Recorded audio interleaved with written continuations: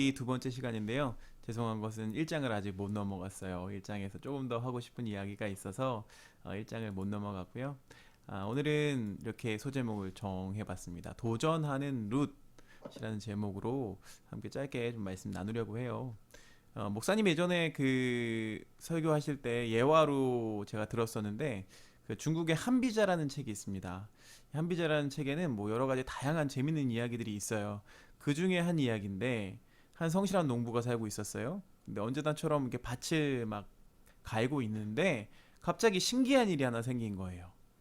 여름에 뭐 더위를 먹어서 그런지 모르겠지만 토끼가 막 달려가다가 큰 나무에 머리를 박고 죽은 거예요.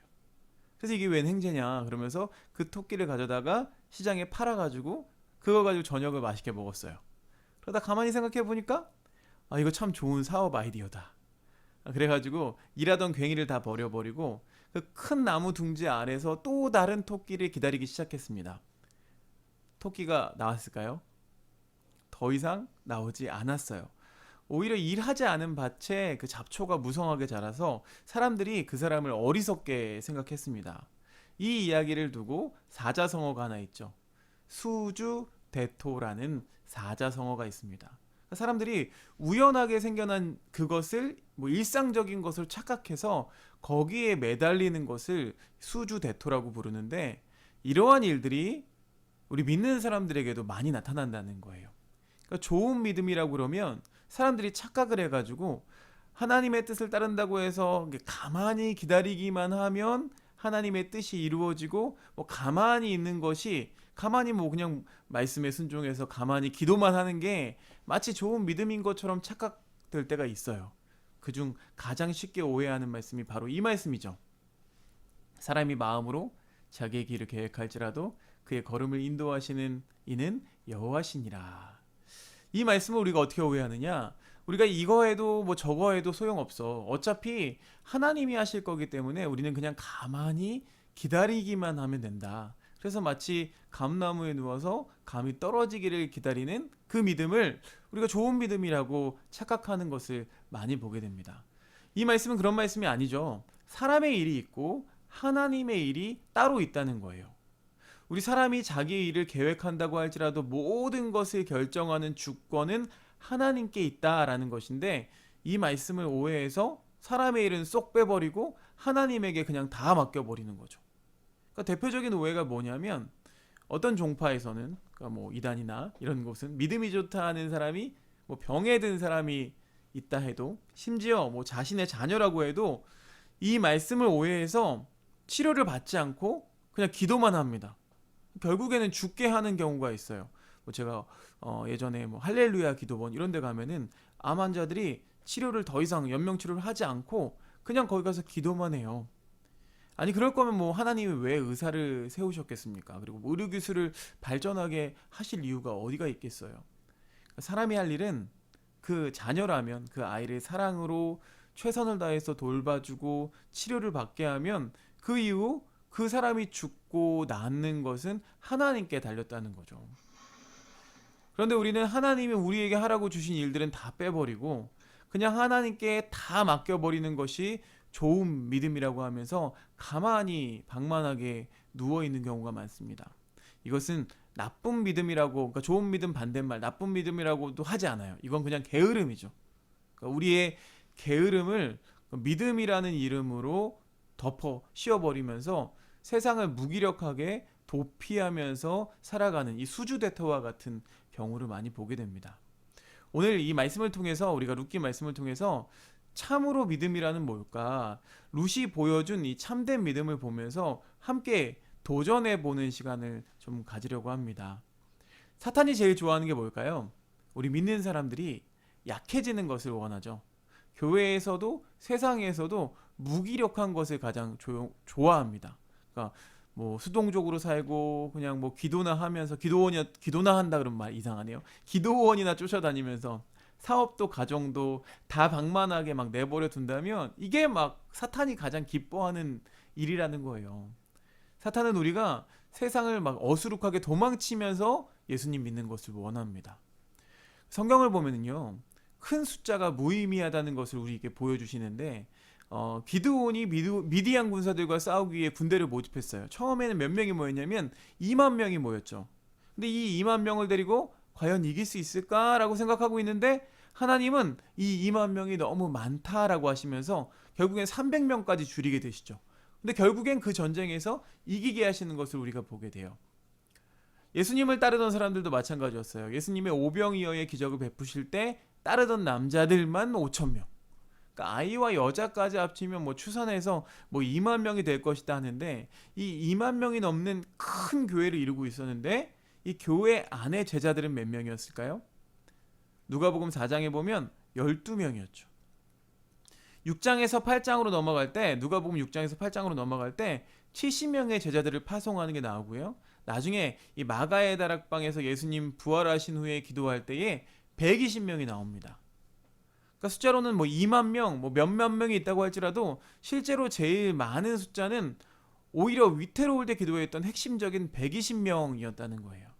그러니까 120명만 있어도 교회는 충분했고 또 2000년을 지나서 세계에서 가장 큰 종교가 됐고 또 대륙을 건너뛰어서 이 한반도에도 복음이 전파되었다는 거예요. 숫자는 하나도 중요하지 않다는 거죠. 하나님 앞에서. 아무리 많더라도 뭐 몇만 명이 되더라도 그 허수가 중요한 것이 아니라 참수. 그러니까 참으로 믿음을 가진 작은 숫자라도 그 참수가 중요하다는 것을 보여줍니다.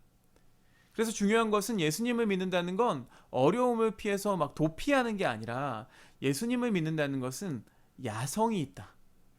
배고프지만 늘 당당히 서 있는 사자처럼 이 세상을 향해서 눈빛을 번뜩이면서 싸울 수 있는 그 소수라고 할지라도 이 야성이 있는 크리스천을 원하신다는 거예요.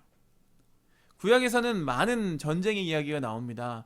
전쟁을 많이 하라고 주신 것이 아니라 우리 크리스천들이 세상 속에서 항상 수많은 타락과 불의와 악과 싸우기 때문에 그 이야기들을 우리에게 허락해 주신 줄로 믿어요. 오늘 이 룻기 1장에서도 다른 사람 아니라 이 룻의 야성을 보게 됩니다. 1장 전반부에는요, 이 나오미의 가정을 덮친 어려움들이 있었죠. 지난주에 나눴죠. 이때는 사사시대로 정치적으로 안정되지도 않았고 거기다 흉년이 들어서 고통을 당하고 있고 빵집에 빵이 없는 상황이라고 말씀드렸어요. 뿐만 아니라 믿었던 가장이 죽었고 두 아들이 죽었고 스라의 자녀들도 없었고 그래서 사람들로 하여금 이 가정은 버림받은 가정. 그래서 뒷부분 오늘 그 드라마 바이블을 읽어주는데 되게 실감나요. 이가 나오미냐? 이렇게 말할 때 그 표현이 그 느낌이 너무 좀 실감이 났어요. 그러니까 저주받은 가정이라는 손가락질을 당하게 됐겠죠. 그러다 보니까 3명의 과부만 남게 됐죠. 시어머니와 나오미와 이방 여인 룻과 오르바. 이 과부들이 할 수 있는 게 무엇이 있었을까요? 오늘 말씀 보니까요. 1장 9절에도 그들이 소리 높여 울고 그들이 소리 높여 다시 울었다. 이 여인들이 할 수 있는 게 눈물밖에 없는 거예요. 우는 것밖에 없는 거예요. 도와줄 손길도 없고 의지할 사람도 없고 오직 눈물밖에는 흘릴 수 있는 것이 없었습니다. 그래서 나오미가 이 두 자부에게 본향으로 돌아가라, 재혼하라 라고 얘기합니다. 몇 번을 걸쳐서 얘기하냐면 4번에 걸쳐서 얘기해요. 8절에서 너희 어머니 집으로 돌아가라. 또 11절에서 너희가 어찌 나와 함께 가려느냐. 또 12절에서 보니까 되돌아가라. 또 15절에는 이제 오르바는 갔어요. 그러니까 너 동서도 갔으니까 동서를 따라서 너희 땅으로 돌아가라 라고 이야기합니다. 4번이나 돌아가라 이 이야기를 반복해서 하고 있어요.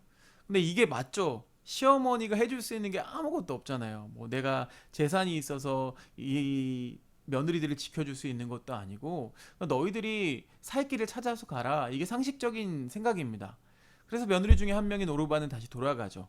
그런데 거기에 비해서 룻은 비상식적인 결정을 합니다. 남기로 해요. 최악의 선택인 거죠. 시어머니가 줄 수 있는 것도 아무것도 없고 또 시어머니를 따라가면 유대 땅으로 이민을 가는 거잖아요. 이민을 가는 것이고 또 유대 사람들은 모압 사람들을 엄청 멸시합니다. 지금보다 훨씬 더 인종차별이 강한 곳인데 더군다나 여인의 몸으로 마음을 먹고 따라가기로 결정하는 것을 보게 되죠. 이렇게 고백합니다. 이 고백이 정말 아름다운 고백이에요. 룻의 신앙 고백이라고 할 수 있습니다. 어머니를 떠나며 어머니를 따르지 말고 돌아가라 강권하지 마옵소서. 어머니께서 가시는 곳에 나도 가고 어머니께서 머무시는 곳에서 나도 머물겠나이다. 이게 큰 결단이죠. 믿음의 결단입니다.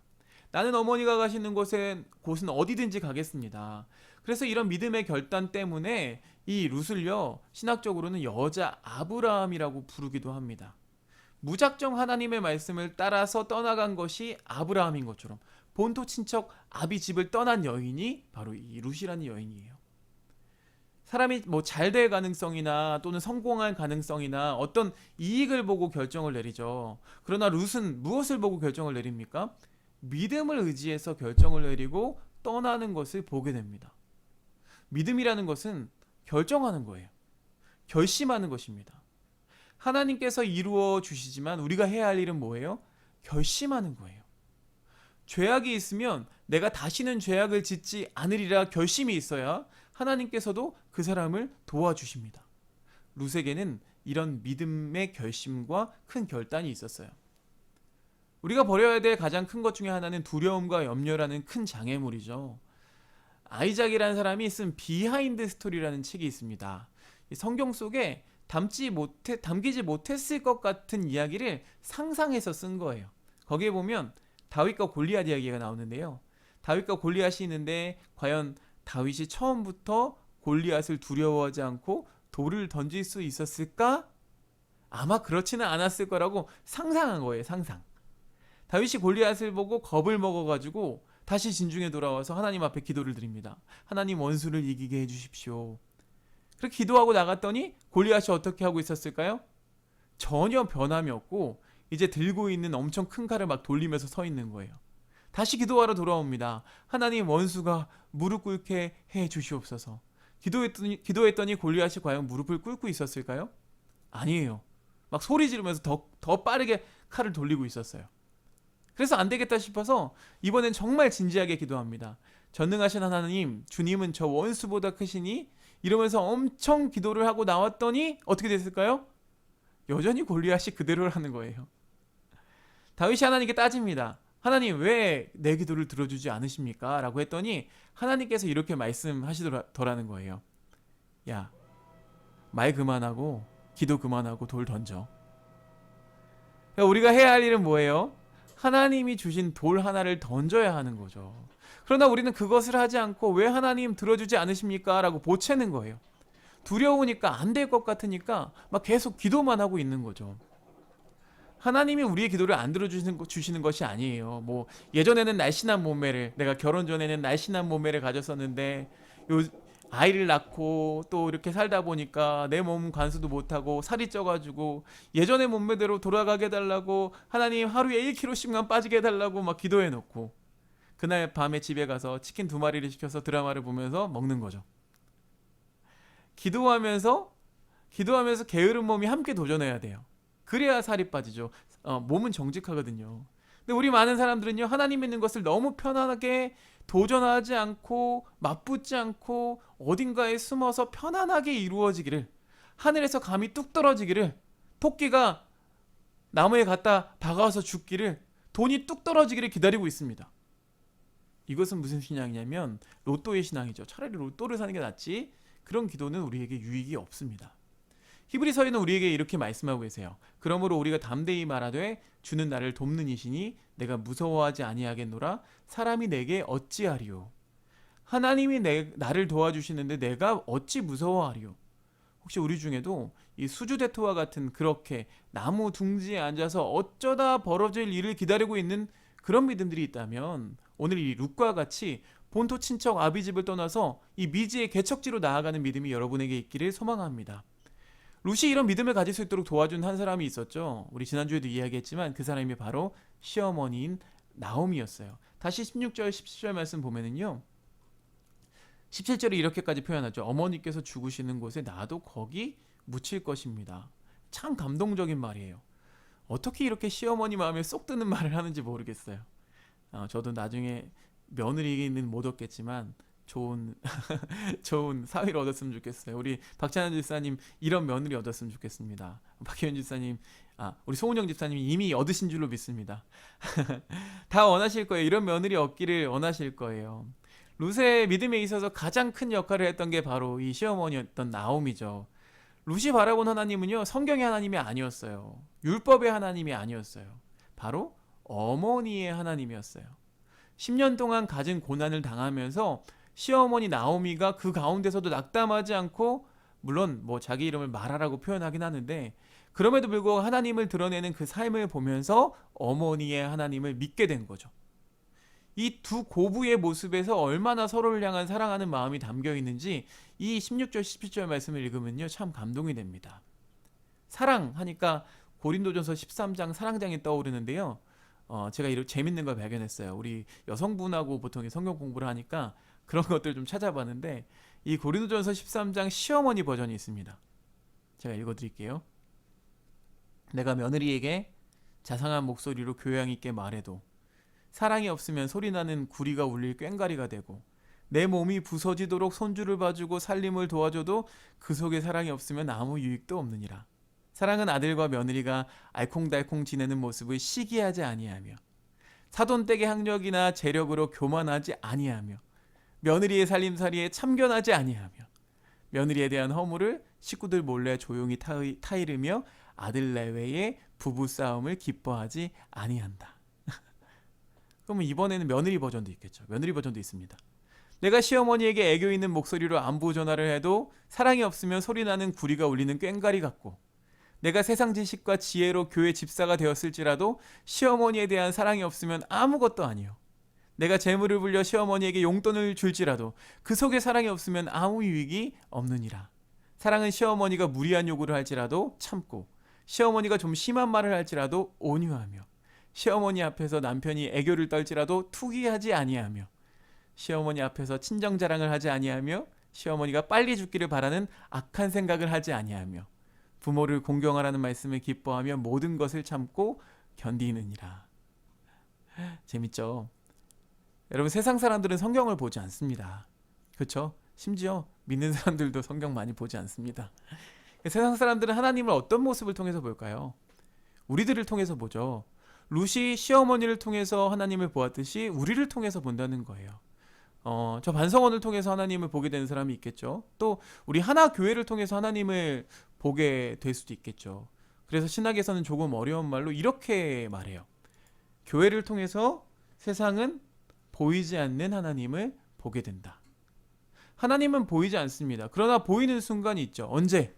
교회를 통해서, 또 우리 믿는 한 사람 한 사람을 통해서, 하나님은 이런 분이시구나 라는 것을 보게 된다는 거예요.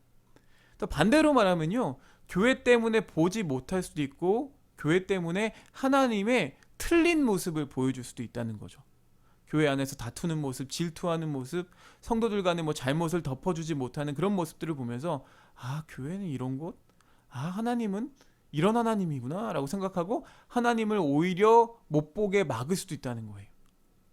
하나님을 증거하는 곳이 오히려 하나님을 가리는 곳이 되고 있는 부끄러운 현실들을 우리가 이 세상에서 마주하고 있습니다. 하지만 우리는 성경을 보면서 소망을 하나 가지게 되죠.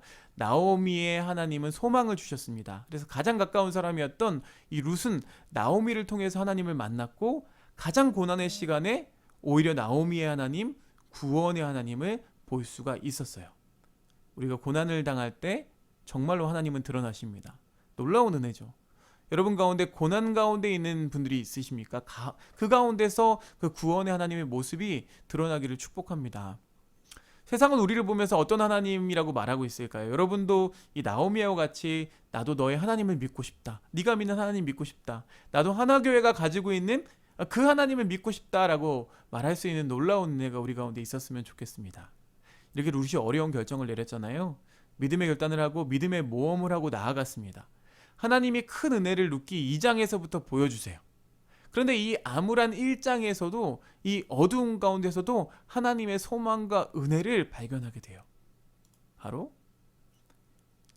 1장 6절 말씀 보면요, 여호와께서 자기 백성을 돌보시사 그들에게 양식을 주셨다함을 듣고 현대인의 성경에서는 이렇게 말하고 있어요. 베들레헴에 풍년이 들었다는 소문이 들렸다는 거예요. 소문을 들었어요. 또 16절을 통해서 며느리 룻을 통해서 감동적인 믿음의 고백을 듣게 하신 후에는 1장 22절 마지막 절 말씀 보니까요. 나오미가 모압 지방에서 그의 며느리 모압 여인 룻과 함께 돌아왔는데 그들이 보리 추수 시작할 때에 베들레헴에 이르렀더라. 베들레헴에 돌아와 보니 추수할 때였다는 거예요. 1장 시작할 때는요. 베들레헴에 큰 흉년이 들었다라는 것으로 시작을 했는데 1장이 끝날 때에는 뭐예요? 추수할 때가 되었대요. 우리 인생 가운데도 심령의 흉년과 어떤 영적인 흉년과 사업의 흉년이 들어서 고난의 시간을 겪게 돼요. 그런데 하나님이 하나하나씩 보여주면서 좋은 소식을 어렴풋이 듣게 하시고 내 주위 사람들을 통해서 소망을 주시고 또 흉년이 들었던 우리 심령에 또 우리 사업과 가정 가운데 추수의 때로 반드시 인도하신다는 거예요. 우리는 수주대토의 모습으로 예수님의 일이 어떤 그런 사역들이 행운처럼 발생하기를 무기력하게 기다리면 안 돼요. 오늘 룻이 보여주는 그 신앙은 바로 도전하는 신앙이었습니다. 고난이 와도 굴복하지 않고 도전하는 모습을 이 이방 여인 룻이 보여주고 있다는 거예요. 우리가 해야 될 일은 무엇입니까? 다윗처럼 돌을 던지기만 하면 되죠. 모세처럼 홍해 앞에서 손을 들기만 하면 됩니다. 룻처럼 나오미를 통해서 보았던 하나님을 그냥 따르기만 하면 돼요. 하나님 무섭고 떨리고 염려가 가득하지만 나는 도전하겠습니다. 그렇게 도전할 때 하나님께서 이길 수 있다는 확신과 믿음과 능력을 우리에게 주실 줄로 믿습니다. 우리 오늘 이 말씀 가지고 또 나눌 내용을 또 김성신 목사님께서 이어서 전해주시겠습니다. 네, 뭐 같은 맥락입니다. 오늘 반서호 목사님께서 아주 그 핵심을 잘 짚어주셨는데, 뭐 저도 같은 맥락으로 또 이 말씀 오늘 읽었습니다.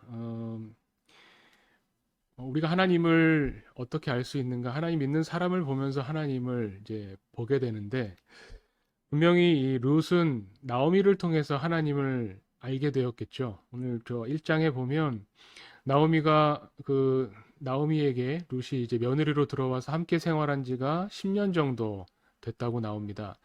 10년 동안 나오미와 함께 하면서 룻이 결국 이 결정적인 순간에 하는 고백이 어머니의 하나님이 나의 하나님이 되실 것이다. 또 되시기를 바란다. 이런 고백을 하게 되죠. 이것이 그 하루아침에 된 것이 아니고 나오미가 어떤 말을 해서 된 것이 아니라는 것이 그 1장 12절에 보면 저는 오늘 이 말씀이 눈에 들어왔습니다. 나오미가 뭐라고 하냐면 며느리 둘에게 돌아가라고 하면서 가령 내가 소망이 있다고 말한다든지 뭐 아니면 내가 이제 아들을 낳는다고 해도 너희가 나를 그걸 기다리면서 나와 함께 할 수 있겠느냐 돌아가라 이렇게 말을 하는 거죠. 그 말을 보면 나에게 소망이 있다 이런 말을 평소에 나오미가 안 했다는 거죠.